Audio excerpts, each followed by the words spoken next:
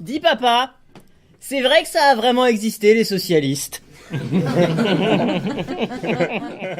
Eh bien voilà, ce jour finirait bien par arriver. Mais si vite, si tôt.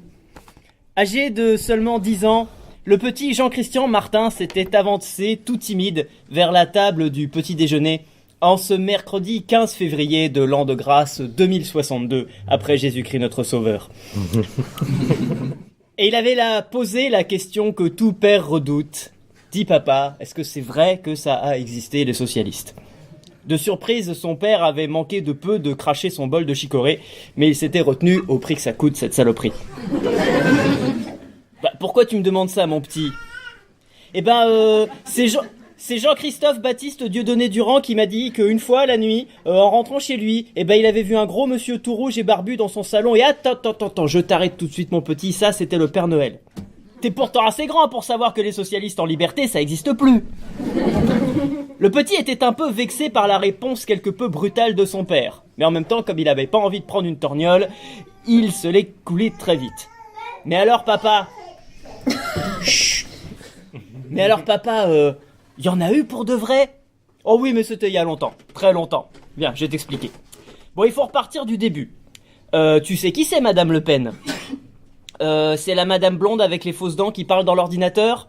Oui, c'est ça. Eh bien, Madame Le Pen, c'est la présidente. Et il faut pas trop dire trop fort qu'elle a des fausses dents, tu vas faire avoir des ennuis à papa. En plus, pour ça le père, à 94 ans, tout le monde s'est déjà fait refaire les dents plusieurs fois. En même temps que le changement d'yeux et la greffe de sang intégrale, sinon tu peux plus travailler correctement. Eh ben, si tu veux, à une époque, les présidents de la République, on en changeait tout le temps. Mais on trouvait jamais le bon, alors personne n'était content. Eh ben, des fois, le président de la République, c'était un socialiste. Ça arrivait rarement, mais ça arrivait. Parce qu'à cette époque, des socialistes, il y en avait partout. Dans la forêt, dans les champs, à Paris, à la télé. Surtout à Paris et à la télé, en fait. Certaines personnes racontent même que par grand froid, on en avait vu un dans une usine une fois. Mais il faisait quoi ? Ça, par contre, on n'a jamais vraiment su. Les historiens disent qu'ils passaient leur journée à faire du scooter et à augmenter les impôts, mais les traces sont pas très fiables, c'était il y a longtemps. Et pourquoi ils ont disparu, papa ? Eh ben, tu vois, c'est comme Néandertal, on n'est pas vraiment sûr. Quand Marine Le Pen a été élue en 2017, elle avait prévu d'interdire les socialistes, en même temps que les musulmans, les journalistes et les roux. Mais en fait, les socialistes se sont interdits eux-mêmes. Ils ont arrêté de se reproduire, comme les pandas et les victoires de la JOCR. D'après les historiens, c'est soit un problème d'impuissance, soit un vote du secrétariat national pendant un congrès. On n'est pas vraiment sûr. Oh mais dis donc, les gens ont dû être super tristes alors. Pour les pandas, oui.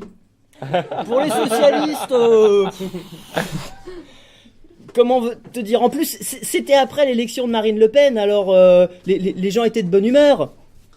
Le père se tournait alors un peu plus sur sa droite pour être sûr de bien être en face des micros du KGB.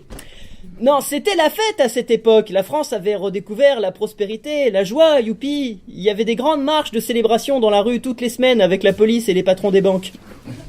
Ah bon, papa, les patrons des banques ? Oui, mais des banques gentilles, les Russes. Parce que les gens en avaient marre des magouilles de la finance. C'est pour ça que Marine, elle a embauché que des ministres du budget qui avaient bossé chez Goldman Sachs. Comme ça, ils connaissaient bien l'ennemi de l'intérieur, comme disent les flics à Aulnay-sous-Bois.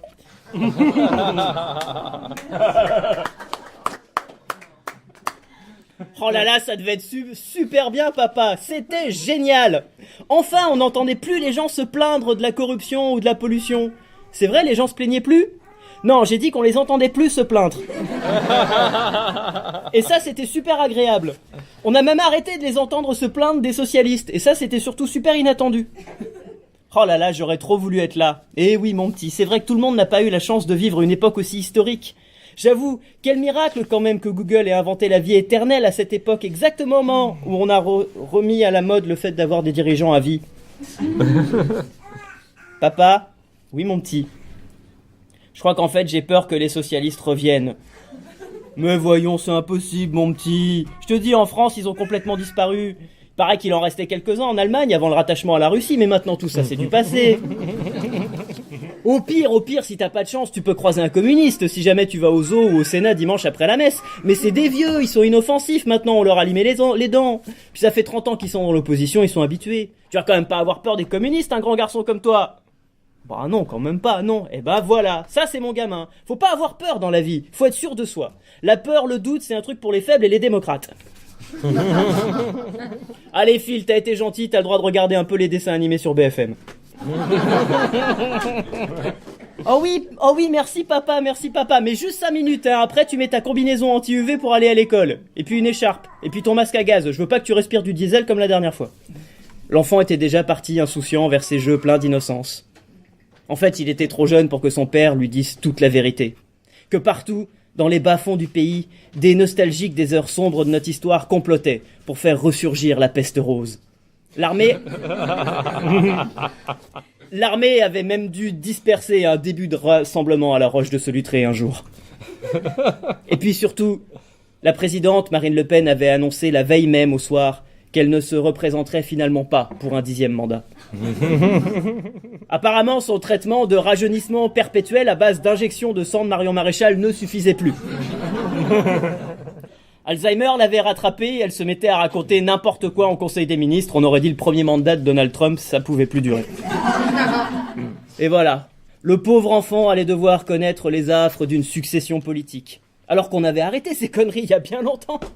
Et puis qui sait, si par malheur le bureau politique n'arrivait pas à se mettre d'accord entre les 3 enfants de Marine, eh ben peut-être allait-on obligé, horreur suprême, de refaire des élections. Alors bien sûr, la nation était forte, le pays était en pleine réussite économique, enfin c'est ce qu'il disait dans Valeurs Actuelles. On n'allait quand même pas replonger dans des folies pareilles, ce serait impossible, oui. La menace du socialisme existait, mais elle était encore lointaine. Mais pour combien de temps ?